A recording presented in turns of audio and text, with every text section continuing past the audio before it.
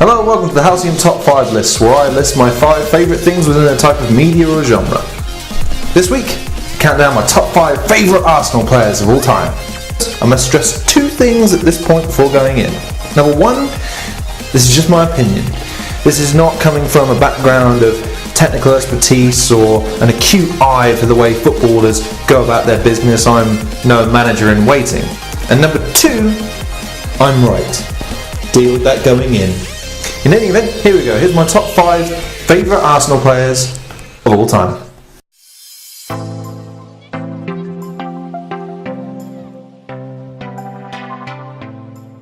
Mesut Ozil is one of the more silky smooth footballing players of our time. Acclaimed for his finesse and improvisation as an attacking midfielder, he's just so good on the ball. So good in both his execution of long balls and short passes, and to date he's had over 90 appearances and around 17 goals for Arsenal. But that's not the stat that matters when it comes to Mesut Ozil, because this boy is all about the assist. In the 2010-11 season, Mesut Ozil ranked first in assists in all major European competitions, with 25 assists in total. In the 2011-12 season, he ranked first in assists in La Liga with 17. Mesut Ozil was the joint highest assister in the 2010 FIFA World Cup and in the 2012 European Championship, registering 3 at each tournament. He's the supply, the link, that indescribable spark that can unlock teams that would prefer to channel players down the wings or park the bus in front of the goal with 8 or 9 men behind the ball. And as if to help illustrate my point, the only player Ronaldo ever protested vociferously for was the departure of Mesut Ozil. Easily still one of the best players in the world right now, who is enduring a period of a relatively lack of success with the Arsenal first team, but remains such a joy to watch, and is a fan that people with a great understanding of the nuances of football and the professional players within the game still acknowledge him to be one of the absolute best in the game today. Nani's ball forward, here's Ozil with the opportunity, lovely skill, Ozil, and still fabulous!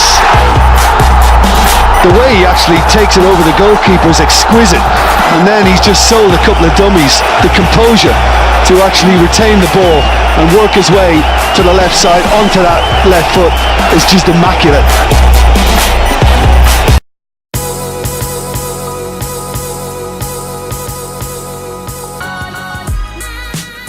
Coming in number 4 is Tony Adams, who is a true icon of the club, and a man whose personal journey, in tandem with his talent and devotion to the club, made him a man synonymous with not one, but 2 different eras of Arsenal's history.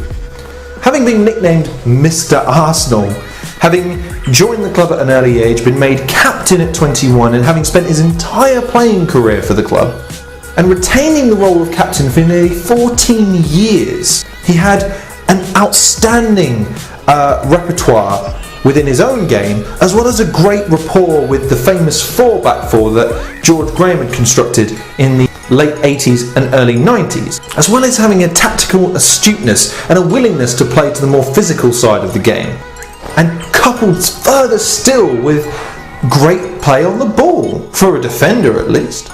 The way he and the defences he marshalled utilised the offside rule in the early days of its deployment in the modern game was absolutely outstanding and groundbreaking for its time. And the moments he had in the shirt of Arsenal have become the stuff of legends. And considering that his career was nearly confined to the pages of history very early on due to a very personal and public battle with alcoholism and drug use, and violence even when not on the pitch, it can't be underestimated that he's one of the best players in the club's history, and one of the most loyal in the game, having amassed the second most amount of appearances for the Gunners in his time with the club. His character and passion for the football made him, in my mind, one of the last true warriors the game has seen. A character, a legend, and a peach of an old school football player. Now Bold. And it's Tony Adams put through by Steve Bold. Would you believe it? That sums it all up. Arsenal, awesome. The cream of the crop. What a way to sum up the footballing philosophy of Arsene Wenger. He has turned Adams into an even better player.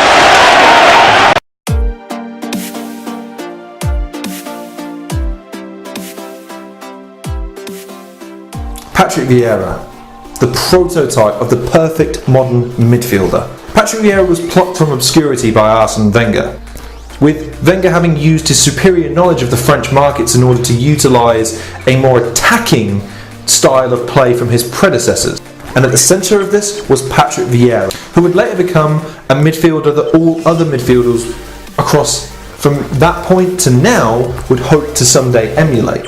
Decent pace, but excellent ability on the ball. A great presence of mind, tactical astuteness, exquisite passing ability, could contribute to the breakup of play, the counter-attacking aspect of football, pressurisation of the ball, could win the majority of his area battles with almost any opponent, had a bullet of a shot when deciding to score, especially in what would later turn out to be very crucial games for the club.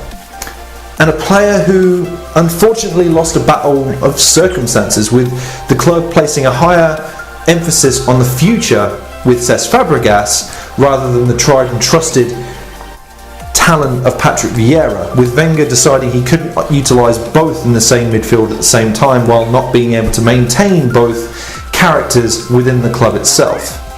The irony being that loyalty was not repaid by the player himself to the club, as opposed to Patrick Vieira, who signed numerous contract extensions, with his last penalty kick winning the FA Cup for Arsenal and having pleaded with them to offer him a new contract, with the club potentially ultimately paying the price.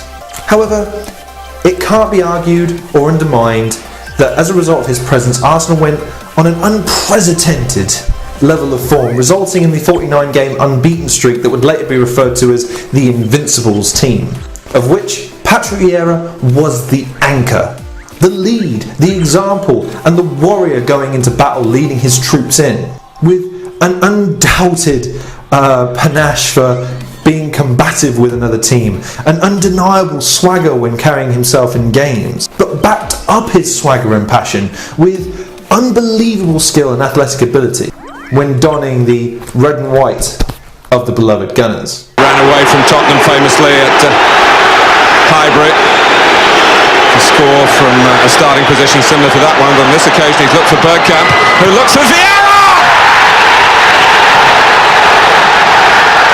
Well, we felt they wouldn't settle for the draw. Yet again, Arsenal in a matter of seconds have turned defending into classic counter-attack. Absolutely stunning. Tottenham just couldn't live with it.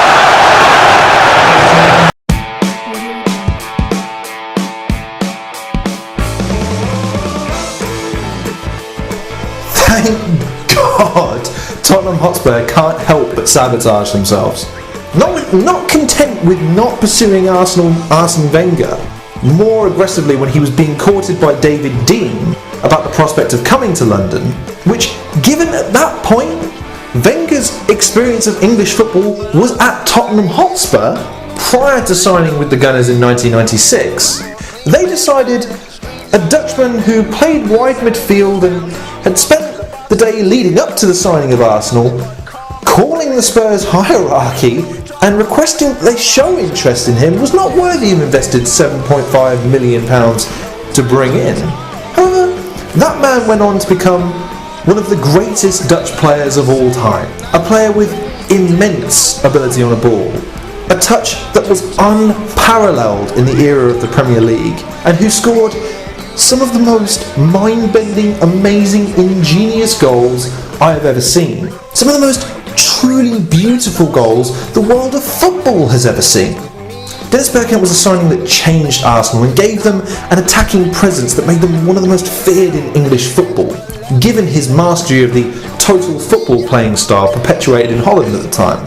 And yes, fans often lamented his lack of availability, being seated in his fear of flying, leading to him getting the somewhat ironic and perhaps kind of mean-spirited nickname of the non-flying Dutchman. But with a record of just under 100 goals from around 400 appearances, it's still very impressive considering the crucial nature of his goals and the way he would decimate teams with his passing and ability to be able to make unique turns and link play from unorthodox and often uncopyable angles.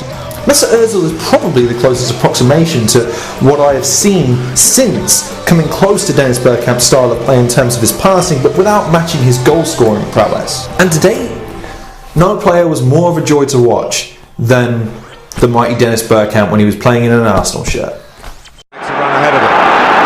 Bergkamp suddenly changed pace through the centre. It's Bergkamp! That's magnificent!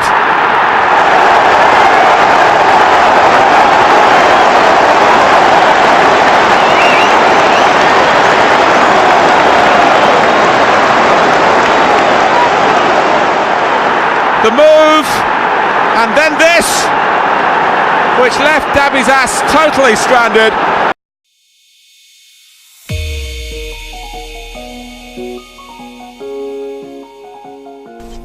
Simply put, he was the fans' favourite, and he's mine too.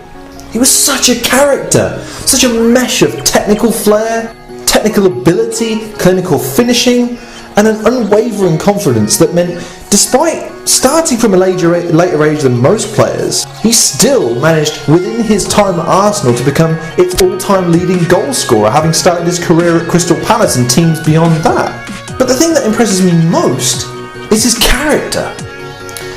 The only way I can really emphasise that point to the degree of which you might understand is within a documentary called Something to Nothing, with which they sit him down and interview him about his early years leading up to his success in football, specifically citing an encounter with a teacher that had taken an interest in him from a young age but had later supposedly died.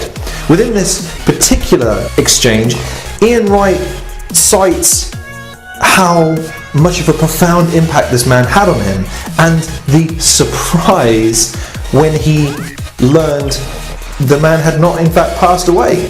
The immediate change in demeanour from that of a laughy, jokey individual to that of taking off his hat, standing up straight and immediately addressing him as Mr. Absolute respect. Hello, Ian. Long time no see. Mr. Pigden. You're alive. I'm alive, he says. How are you doing? I can't believe it. Someone said you was dead. As you see, I'm very much in, and I'm so glad you've done so well with yourself. He was so supportive all the time. He kind of like had me as his kind of like special guy.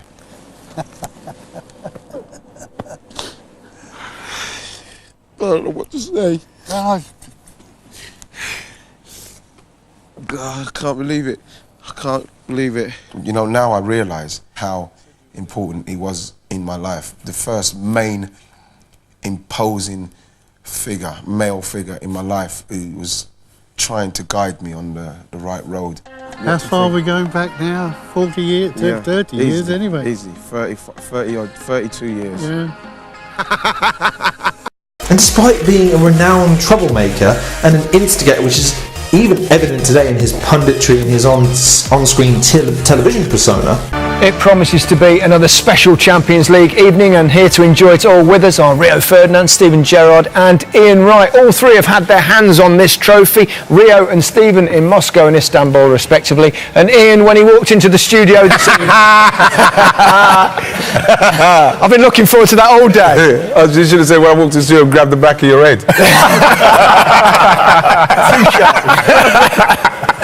It's still his sense of balance, his cheekiness that endears him to the popular football fan today as it did when he was still playing. A clinical striker with pace, skill on the ball, tons of flair, tons of athleticism, and an enthusiastic smile that shows you he's up to no good, and a penchant for banter before banter was even a goddamn word. And I guess the epitome of Ian Wright's footballing career came when he scored against Bolton Wanderers in 1997. At the age of 33, having thought he'd beaten Cliff Bastin's record, all-time goal-scoring record for Arsenal, when in fact he'd actually levelled it, he took off his shirt revealing a signpost saying 179 goals, just done it, with a Nike tick. And most people would have been very quick to jump on his back saying, ha ha ha, you've actually jumped the gun. He went on to score a hat-trick. And that's just Ian Wright in a nutshell.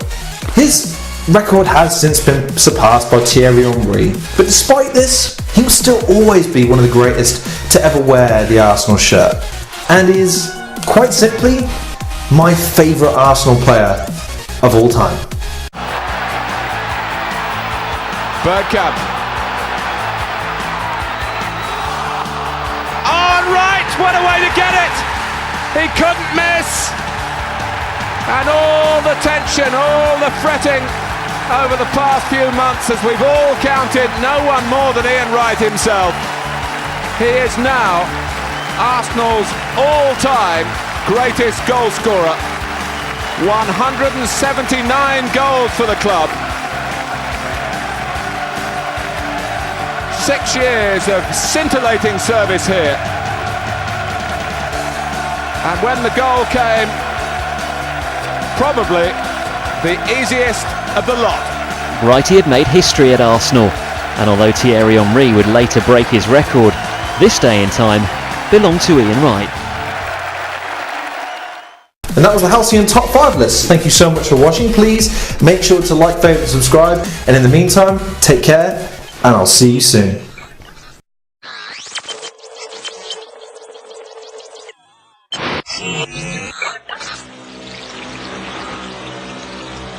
What?